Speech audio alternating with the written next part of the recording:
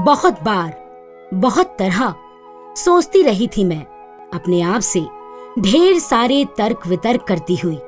लगा था कि स्त्री के क्षमा नामक गुण ने उसे एक ऐसी मानसिकता में पहुंचा दिया है जहां वह पुरुष को अपने अस्तित्व की अनिवार्यता समझने लगी है।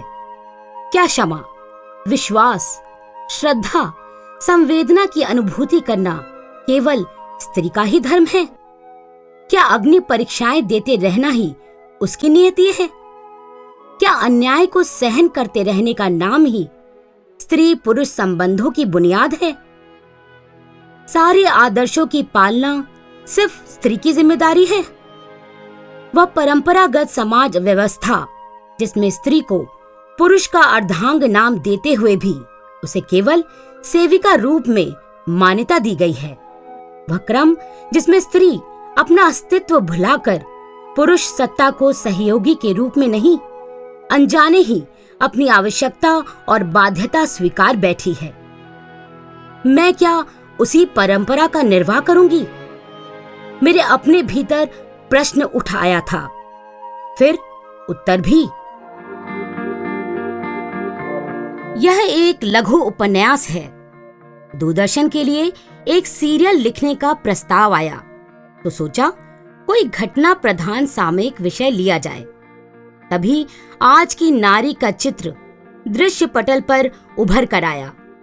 साथ ही उभर आई नारी की वह तस्वीर जो बीते हुए दिनों में, और बीते हुए ही क्यों, आज भी अधिकांशतः तरह तरह की यातनाओं और अपमानों की चोट सहते हुए अपने आंसुओं से जिंदगी की आग को बुझाने का प्रयत्न कर रही है।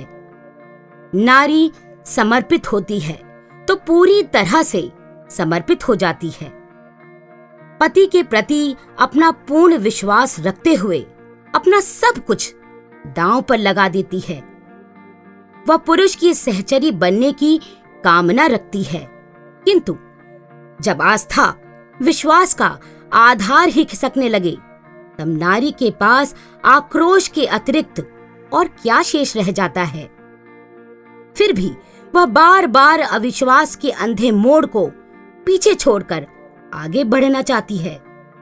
बार बार प्रयत्न करती है कि कहीं से कोई आधार मिल जाए और कड़वा सत्य जो उसके सामने उभर कर आया है झूठ साबित हो जाए। कोई भी निर्णय वह यथार्थ की तह तक पहुंचकर ही लेना चाहती है।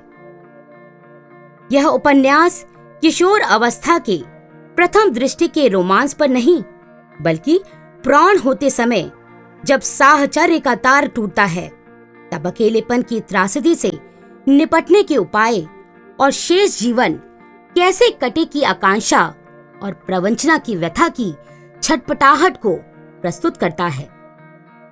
नारी मुक्ति की राह खोजती हुई उन तारों के जोड़ को खोजती है जो किसी अन्य स्त्री के रूप की हल्की सी ठसक से ही खुल जाते हैं। आज सामाजिक स्थिति भी बदल रही है। पुराने विश्वास और सामाजिक बंधन शिथिल हो रहे हैं। विज्ञापन की चमक में रिश्ते टूट रहे हैं, नए नए रिश्ते बन रहे हैं। रिश्तों की कसौटी पर स्वार्थ हावी हो रहा है। उपन्यास में यही सब कुछ है जो आज हो रहा है। शहर के हर मोड़ पर, गली में, चौराहे पर आपको विमल मिल जाएंगे। मेरे उपन्यास के विमल से मिलकर आपको कुछ नया नहीं लगेगा। विमल अपनी तरह से सोचता है। वह अपनी पत्नी को कोई धोखा नहीं दे रहा है।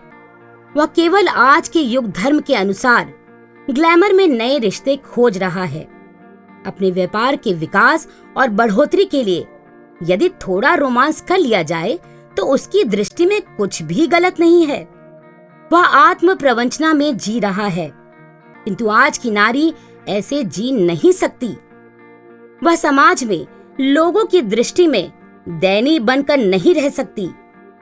वह समझ चुकी है कि खामोश पीड़ा सहते सहते जिंदगी का कोई हिसाब कभी सही नहीं हो सकता।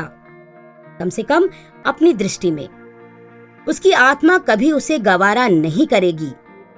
पर एक समस्या है, वह अपने संस्कारों से भी बंधी है, जो बचपन से उसको घुट्टी में पिलाए गए हैं, जिनसे वह कमोवेश अभी भी उभर नहीं पाई है।